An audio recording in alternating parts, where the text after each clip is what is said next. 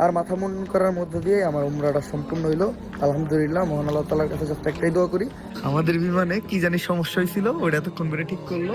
But finally মানে আস্তে আস্তে সবাই যাইতেছে। আলহামদুলিল্লাহ, নবীর রাসূলের এই দেশে আসার সাথে সাথেই দেখেন আমাদের সুন্দর করে ওয়েলকাম করতে, এত সুন্দর পাতা। আমার ইহরামের কাপড় ভিড়ে যেতেছে, মানে আমি দাঁড়াইতে পারতেছি না। চারজনে কি এটা ফুরাইতে পারবো আমার মনে হয় না। তারপর ট্রাই করি, বিসমিল্লাহ। এত চাপের ভিতর আমি যে পাথরে চুমা দিতে পারছি আল্লাহ তাআলার সেই পবিত্র পাথরে। আর রেস্ট নিতে নিতে আমরা মোটামুটি অনেক রেস্ট নিয়ে নিছি। কত বছর একবার চিন্তা করেন, বাতাসে আমার লাগেজ চলে যেতেছে, ওয়ার লাগেজ সবাই পেয়ে গেছে, শুধুমাত্র আমার একটা লাগেজ সবার শেষে আসছে, তাও 1.5 ঘন্টা পর।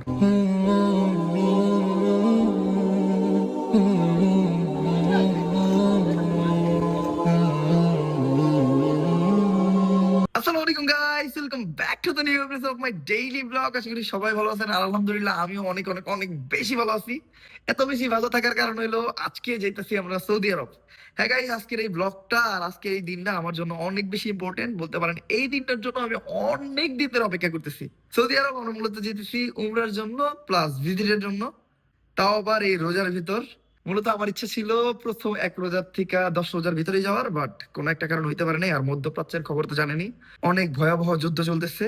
তো এই টাইমে আমরা যাইতেছি, বলতে পারেন আমার মালিক নিতেছে, মালিক যেই টাইমে নিব ওই টাইমে আমার যাইতে দিব। আর প্রথমবার আমি একাই যাইতেছি, একা বলতে আমার সাথে মানুষ আছে, বাট আমার ফ্যামিলি থেকে আমি একা। নেক্সট টাইম যখন যাবো আমি আমার আম্মুরের সাথে নিয়ে যাবো। আর মূলত আমরা ফ্লাইটের টিকিট আগেই কাটছিলাম, বাট এই ফ্লাইটটা ক্যান্সেল হয়েছে। দেন আজকে ডেট পড়ছে, আজকে আবার 1টাতে পড়ছিল রাত্রের, আবার এইটা চেঞ্জ হয়ে পড়ছে রাত্রের 3টা বাজে। তো অলরেডি অনেক রাত হয়ে গেছে, টুকটাক গুছগাছ আছে ওগুলা কইরা নেই, আবার আমাদের ইহরামের কাপড়ও পরতে হবে। তো সবকিছু শেষ করে চলেন বাইর হই। আর আলহামদুলিল্লাহ ইহরামের কাপড় পরে সবকিছু গুছগাছ করে নিয়ে আমরা ঠিক সময় মতো বাইরে হতে পারছি। আর মূলত এবার সৌদি যেতেছি আমরা 3জন, আমি, আমার মামা আর আমার এক ভাই। ওনাদের জন্যই মূলত আমার এই প্ল্যান সফল হয়েছে। মূলত একটা বাইরের কান্ট্রিতে গেলে একা যাওয়া যায় না, সাথে যদি একটা সাপোর্ট থাকে বা একটা গার্ডিয়ান থাকে তাহলে একটু বেশি সাহস পাওয়া যায়। তো আমার গার্ডিয়ান ওনারাই, আর ওনারা এর আগেও উমরা হজ পালন করছে, যার জন্য আমার আর নতুন করে কিছু জানতে হবে না, সবকিছু ওনারাই বুঝাই দিতেছে। মূলত ইহরামের কাপড় বাঁধার অনেক নিয়ম আছে, সবকিছু নিয়ম আপনারা জানতে পারবেন। লাইক এগুলার বই আছে, বই কিনলে বই কিনতে পারেন, বা আপনারা যদি ইউটিউবে সার্চ দেন ইউটিউবেও কিন্তু ইহরামের কাপড় বাঁধার নিয়ম আপনারা পাওয়া যাবেন। আর লাগেজ সহ এভরিথিং আমরা গাড়িতে প্যাক করে নিচ্ছি, আর এখন আমরা যেতেছি এয়ারপোর্টের উদ্দেশ্যে। মূলত আমাদের ফ্লাইট 3টায়, আমরা একটু আগে গিয়ে বের হয়েছি কারণ ইন্টারন্যাশনাল ফ্লাইট। একবার মালয়েশিয়ায় আমি লেট কইরা 500 রিঙ্গিতের মতো জরিমানা দিচ্ছি। তো এই জিনিসটা আপনারা মাথায় রাখবেন, ইন্টারন্যাশনাল ফ্লাইটে সবসময় 3 থেকে 4 ঘন্টা আগে আপনারা এয়ারপোর্টে থাকবেন, কারণ অনেক ঝামেলা থাকে। অনেক সময় আপনারা এমন হতে পারে যে মনের বলে পাসপোর্টটা বাসায় রেখে গেছেন। তো এই সুবাদে সময় থাকলে আপনারা যে কোনো জিনিস ইজিলি করতে পারবেন। আর এয়ারপোর্টে আসার সাথে সাথে আমরা বোর্ডিং আর ইমিগ্রেশনটা কমপ্লিট করে ফেললাম। আমি ভাবছিলাম আজকে হয়তো এয়ারপোর্টে অনেকটা রাশ থাকবো, কারণ এই কয়েকদিন যুদ্ধের জন্য বিমান চলাচল অফ ছিল। বাট না, এয়ারপোর্টটা দেখেন একদমই ফাঁকা, কারণ মোস্ট অফ দ্য বিমানই বাতিল হয়ে গেছে। আর যেগুলো রিশিডিউল হয়েছে এক একটা টাইম এক একটা, আর একটার পর একটা ডিলে হইতে আছে। আর ইমিগ্রেশনে তেমন কোনো ঝামেলা নেই, যদি আপনি সৌদি আরব যান উমরার জন্য, উমরার ভিসা থাকলে কোনো প্রবলেম হবে না, যা হবে ওটা টুকটাক, এটা সবার সাথেই হয়। বাংলাদেশের এয়ারপোর্ট টুকটাক ঝামেলা ছাড়া এই এয়ারপোর্টটা অসম্পূর্ণ। তো আপাতত আমরা একটু লজে যাব, যে খাওয়া দাওয়া করবো। অলরেডি মনে হয় আমাদের সাথে যারা ছিল তারা চলে গেছে। আর আমরা মূলত সিটি ব্যাংকের আমেরিকান এক্সপ্রেস কার্ড হোল্ডারদের লজে আসছি। মূলত এই জায়গায় আমরা ফ্রিতে খাওয়া দাওয়া করতে পারবো। এখন সবার জন্য ফ্রি বিষয়টা এমন না, যাদের কাছে সিটি ব্যাংকের আমেরিকান এক্সপ্রেসের ক্রেডিট কার্ড আছে তারাই শুধুমাত্র এই জায়গায় ফ্রিতে খেতে পারবো। একটা কার্ডে আই থিঙ্ক 4জন, 2জন অ্যাডাল্ট আর 2জন চিলড্রেন। এই যে অলরেডি খাবার দাবার কিন্তু নিয়ে চলে আসছে। খাবার দাবার কি কি আছে জায়গায় যে আমরা চেক করে দেন, খাবার দাবার নিয়ে আসছি চলেন। অনেক আইটেম ছিল, আমি এই জায়গায় বিফ নিয়ে আসছি, ফ্রাইড রাইস নিয়ে এসেছি, মাছ নিয়ে এসেছি, ভেজিটেবল আর স্প্রিং রোল নিয়ে আসছি। এই জায়গায় ডেজার্টও আনছি, হ্যাঁ, আর সাথে ফ্রুটসও আছে। অলরেডি ভাই তো মনে হয় অর্ধেকের বেশি খেয়ে লাইছে, আর আমাকে মামা একটু হালকা পাতলা হইতে গেছে। সেই ফাঁকে উনি আইতে আইতে আমরা পুরো খাবারটা শেষ করে দিই। আর খাওয়া শেষে 1 থেকে 1.5 ঘন্টা আমরা ওই জায়গায় বসে রেস্ট নিলাম। মূলত এই টাইপের লঞ্চে রেস্ট নেওয়ার জন্য অনেক প্লেস থাকে, আর এই জায়গার খাবারগুলাও হেলদি অ্যান্ড টেস্টি হয়। তো এখন আমাদের এয়ারলাইন্স থেকে ডাক আসছে, আমাদের যাইতে হবে। ওই যে অলরেডি আমাদের মানুষজন সবাই চলে যেতেছে, তাড়াতাড়ি আমিও চেকিং করে নিই। এই যে এইটা হইলো আমাদের প্লেন, আর আমরা একটু বসছি কারণ প্লেনের ভিতরে সবকিছু বিজনেস চলতেছে। পাইলট যাবে, দেন এই যে ক্রুরা যাবে। আরেকটা জিনিস জানাই রাখি, দুবাই আর কাতারের রুটের যত প্লেন আছে সবগুলা প্লেনই কিন্তু ক্যান্সেল। এমনকি কবে নাগাদ খুলবে এটাও কিন্তু কেউ জানে না, মানে অনির্দিষ্টকালের জন্য প্লেন চলাচল বন্ধ। জাস্ট আমাদের এই সৌদি এয়ারলাইন্সটাই আজকে সৌদিতে যাবে। আগামীকাল কি কি হবে এটা কেউ জানে না, তো আল্লাহ ভরসা, দেখা যাক কি হয়। আর আমাদের এই জায়গায় কিন্তু বেশিরভাগ মানুষই হাজি, মানে বেশিরভাগ মানুষই উমরা হজ করতে যাইতেছে। এমনিতে প্রবাসী ভাইরাও আছে, আবার বৈদেশিক নাগরিকও আছে, যেমন এই যে ওনারা। এছাড়াও আরো অনেকে ব্যবসার কাজে যাইতেছে, মানে এক একজন এক এক কাজে যাইতেছে আর কি। আর যেহেতু খালি সৌদি এয়ারলাইন্সটাই চলতেছে, যার জন্য দেখেন সব ভিড় কিন্তু আমাদের এই সৌদি এয়ারলাইন্সের এই জায়গায়। আর মূলত সবার ভিতরেই টুকটাক ইরান আর ইসরায়েলের যুদ্ধের ভয়টা দেখা যাইতেছে। যেমন আশেপাশে যেদিকেই তাকাইতেছি সবাই দেখতেছি ইরান আর ইসরায়েলের নিউজ শুনতেছে। মোটামুটি চেহারা দেখলেও বোঝা যাইতেছে।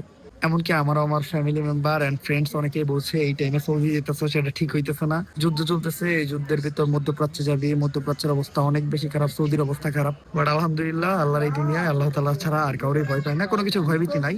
যদি আমার মালিক এই দেশে আমার মৃত্যু লেহে এই দেশে হইব, যদি ওই দেশে মৃত্যু লেহে ওই দেশে হইব। মনে করেন আমি যে ওই দেশে যাইতেছি, মনে করেন ওই দেশে মিসাইল মারতেছে, গোলাগুলি চলতেছে, যুদ্ধ চলতেছে, ওই টাইমে কি এই দেশে মানুষজন মরবে না? তো এক কথায় বলতে গেলে মহান আল্লাহ তাআলা যার মৃত্যু যে জায়গায় লিখে রাখছে ওই জায়গায় হবে। আর এমনিতেও কন্টেন্ট ক্রিয়েশনের জগতে এসে অনেক হুমকি ধুমকি খাইছি।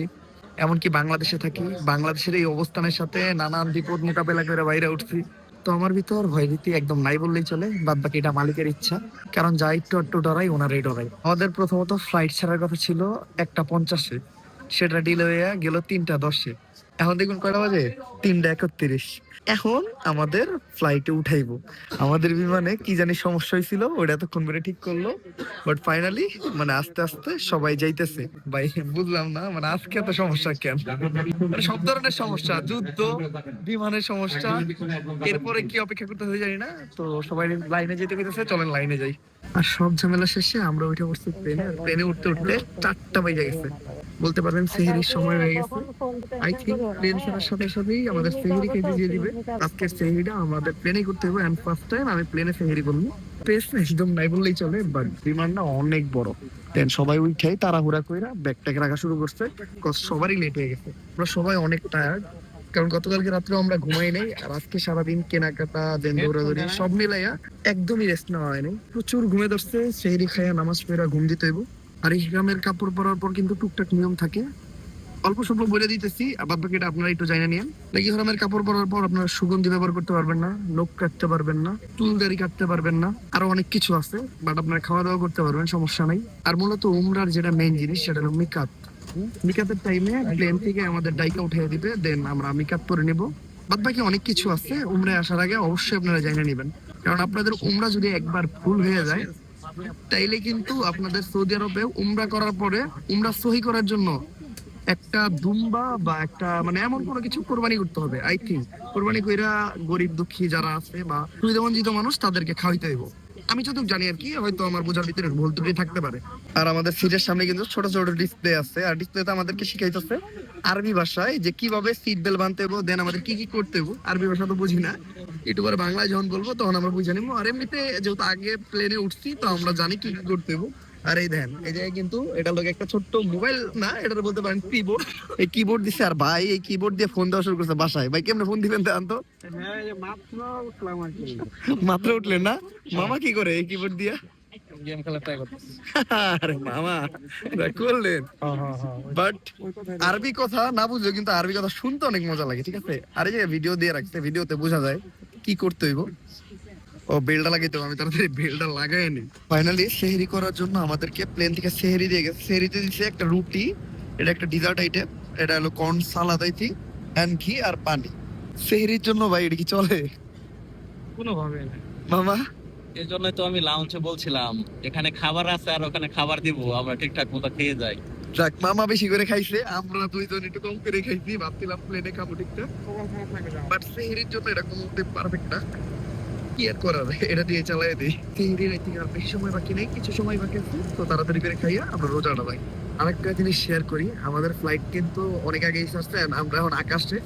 তো আমরা এই ফার্স্ট টাইম আকাশের উপর বসে সেহরি করবো, হয়তো খোলা না বাট আকাশের উপর। তো ব্যাপারটা অনেক এক্সাইটিং, ভালো লাগতেছে। আর এক্সট্রিমলি সরি, একটু মিস আন্ডারস্ট্যান্ডিং হয়েছে আমাদের। মূলত সেহরির টাইম শেষ হয়ে যেতেছিল, তো এডি দিছে, আমি ভাবছি এডি সেহরির খাবার, বাট না, ওরা সেহরিতে খাওয়ার জন্য আরেকটা জিনিস দিছে। ভাই খুলেন তো, অনেক সুন্দর স্মেল বাইরেছে। ও ভাই এটা কি মামা? চিকেন কাবলি। চিকেন কাবলি, স্মেলটা কিন্তু খুব সুন্দর। একটু টেস্ট করেন তো, টেস্ট করে রিভিউ দেন। টেস্ট কেমন? প্রচন্ড স্পাইসি। ও, আমার স্পাইসি জিনিস খুব পছন্দ, তো আমিও খুইলা খাই। আর সেহরি করার পর আমরা লম্বা একটা ঘুম দিয়েছিলাম, ঘুম থেকে উঠলাম, তারপর আমাদের পরিপূর্ণ ঘুম হয় নাই। আর চোখে মুখে তো দেখতেই পারতেছেন ফুললি টায়ার্ডনেস। আর এখন আমরা মিকাত ক্রস করতেছি, তো আমরা উমরার নিয়তটা করে নিলাম। মূলত মিকাতের উপর থেকে উমরার নিয়ত করে নিতে হয়। আপনি যদি প্লেনে থাকেন আর প্লেনে থাকা অবস্থায় যদি মিকাত পার হন, অবশ্যই প্লেনের যে কর্তৃপক্ষ আছে বা যার ক্রু আছে মাইকে অ্যানাউন্স করবো, দেন তারা নিজেরাও এসে আপনাদের ডাইকা দিব, যাতে ওই টাইমে আপনি নিয়তটা করতে পারেন। আর হয়তো বেশি দেরি নাই, আধা থেকে 1 ঘন্টার ভিতরেই আমরা জেদ্দাতে পৌঁছে যাবো। তো চলেন আমাদের বাদ বাকি জিনিসগুলো টুক করে গুছিয়ে রেডি হয়ে যাই। আর আলহামদুলিল্লাহ আমরা সেফলি ল্যান্ড করলাম সৌদির জেদ্দাতে।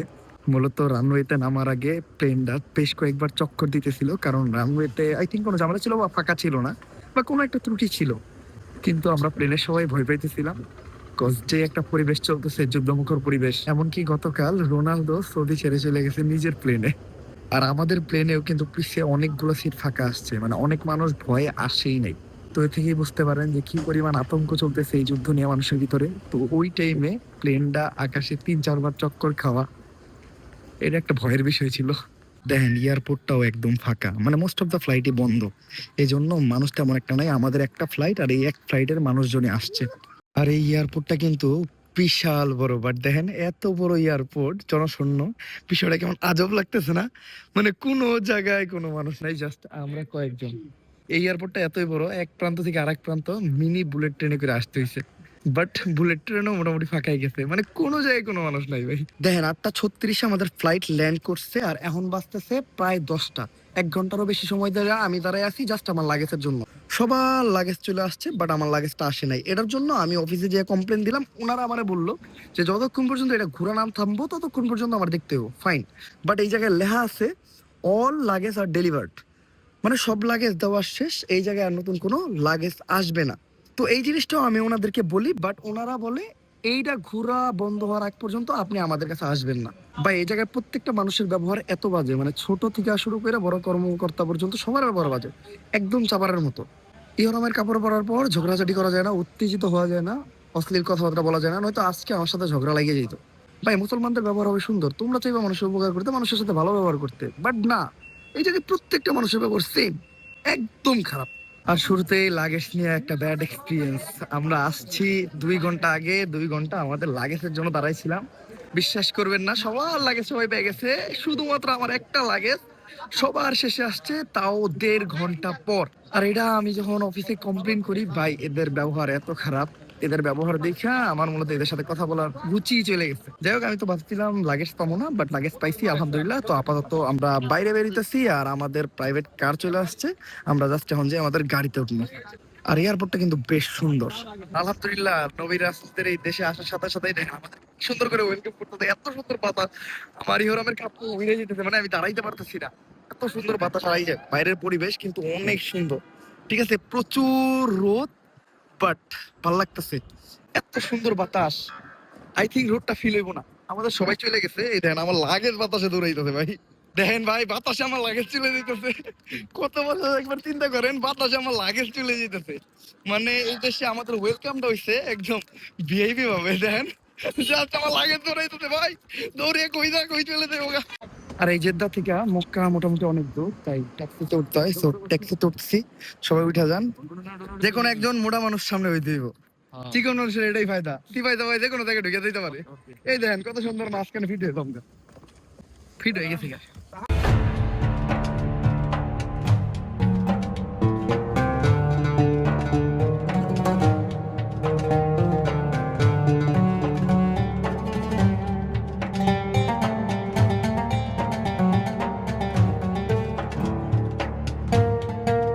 আর আমরা মক্কায় চলে আসছি। মক্কায় আইসা আমরা আমাদের হোটেলে চেক ইন করে নিলাম। হোটেলে চেক ইন করে আমরা আমাদের যত লাগেজ আছে সবকিছু জায়গায় রাখলাম। আপাতত আমরা একটু রেস্ট নেব।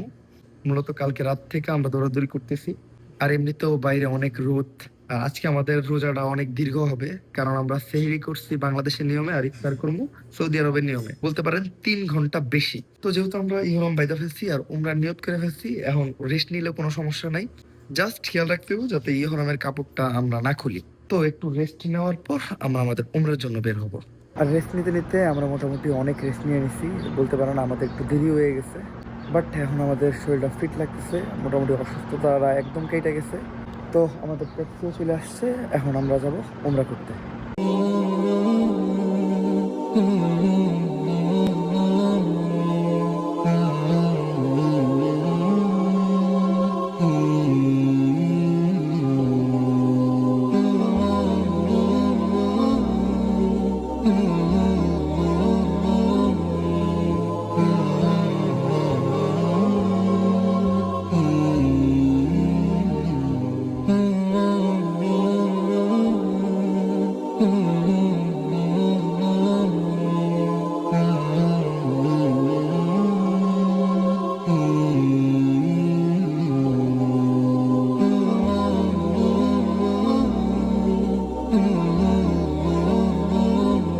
আলহামদুলিল্লাহ, এখন যদি জাস্ট আমার মাথাটা মুন্ডন করাই আমি, তাইলে আমার উমরা কমপ্লিট। আর আমি বলে বুঝাইতে পারবো না, অন্যরকম একটা অনুভূতি, জাস্ট অন্যরকম একটা অনুভূতি, যেটা এর আগে আমি কখনোই ফিল করি নাই। আর আমার গলাটা ভেঙে গেছে, তো একটু কথা বলতে অসুবিধা হইতেছে, আমার ঠোঁটটাও ফাইটে গেছে, হাতও 2-3 জায়গায় ব্যথা পাইছি, বাট আমি অনেক বেশি খুঁটি, কারণ এত ভিড়ের ভিতর, এত চাপের ভিতর আমি যে পাথরে চুমা দিতে পারছি, আল্লাহ তাআলার সেই পবিত্র পাথরে আমি আমার নিজের ঠোঁট দিয়ে চুমা দিতে পারছি, আমি দোয়া করতে পারছি। আলহামদুলিল্লাহ, মানে সবকিছুই আমি অনেক খুশি নিয়ে করছি। দেন আমরা একটু লেট করছিলাম, যার জন্য আমাদের ইফতারটাও করতে হয় কাবা শরীফের সামনে। এটাও অন্যরকম একটা অনুভূতি। ইফতারের টাইমে আমাদের কাছে পানি ছিল না, কারণ আজকে মানুষ এতই বেশি হয়েছিল যে ওই জায়গায় ইফতার শর্ট পড়ছিল, বেশিরভাগ মানুষ ইফতার পায় নাই। তো যারাই বেছিল তারা শেয়ার করে খাইতেছিল, কিন্তু পানি তো কেউ কারোর সাথে শেয়ার করতে পারেনি, পানি দিয়েছি অল্প একটু। পানি খেতে পারি নাই, জাস্ট খেজুর আর একটুখানি বিস্কুট খাইছি। বিস্কুট খাওয়ার পর আমরা সাফা টু মারওয়া আমাদের সাইডে শেষ করলাম। বুঝাই দিতে পারব না এখন আমার ভিতর কি চলতেছে। সবশেষে একটা কথাই বলবো, আল্লাহ তাআলার অশেষ রহমত, আল্লাহ তাআলা চাইছে তাই আমি এই জায়গায় আসতে পারছি। আল্লাহ তাআলা না চাইলে এটা সম্ভব হইতো না। আমি আমার মা বাবার জন্য দোয়া করছি, আমার বন্ধু বান্ধবের জন্য দোয়া করছি, নিজের জন্য দোয়া করছি, আর দোয়া করছি আপনাদের সবার জন্য। আল্লাহ তাআলা আপনাদের সবাইরে ভালো রাখুক। আপনারাও আমার অনেক সাপোর্ট করছেন, আর আমার মা, আমার নানি, সবাই মানে আমার এই পর্যন্ত আসার জন্য সবাই আমারে অনেক বেশি সহযোগিতা করছে, এজন্য থ্যাঙ্কস টু অল। তাই আমি সবার জন্য দোয়া করছি, কোনো পার্সন বাদ যায় নাই। এমনকি আমি সৌদি আসার সময় অনেকে আমার কাছে দোয়া চাইছিল, তাদের জন্য আমি দোয়া করছি। আমি আমার প্রত্যেকটা শত্রু না, এখন তো আমি সবাইরে বন্ধু ভাবি, বাট যারা আমার শত্রু মনে করে আমি তাদের জন্য দোয়া করছি।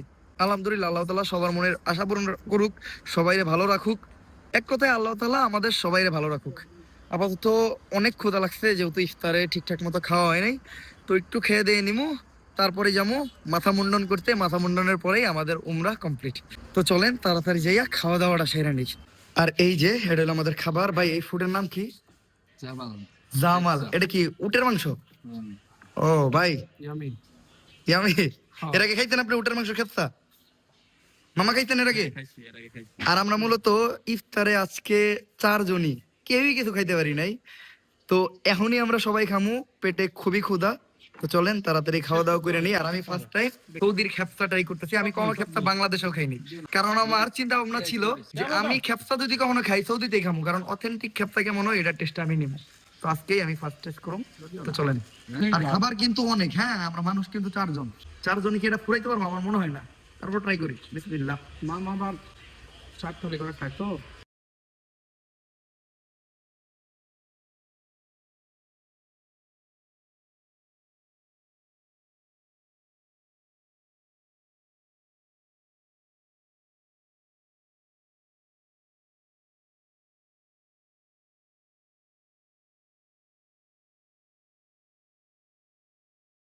আর মাথা মুন্ডন করার মধ্য দিয়ে আমার উমরাটা সম্পূর্ণ হইলো। আলহামদুলিল্লাহ, মহান আল্লাহ তাআলার কাছে জাস্ট একটাই দোয়া করি, আমার উমরাটা যাতে উনি কবুল করে নেন। আর মাথাটা অনেক পাতলা লাগতেছে, খুব ঠান্ডা লাগতেছে, বাইরে বেশ বাতাস, বেশ মনোরম পরিবেশ, একদম মানুষজন নাই। আর দেখেন আমার কেমন লাগতেছে, আই থিঙ্ক ভালোই লাগতেছে, খারাপ না, যেটাই হোক। তো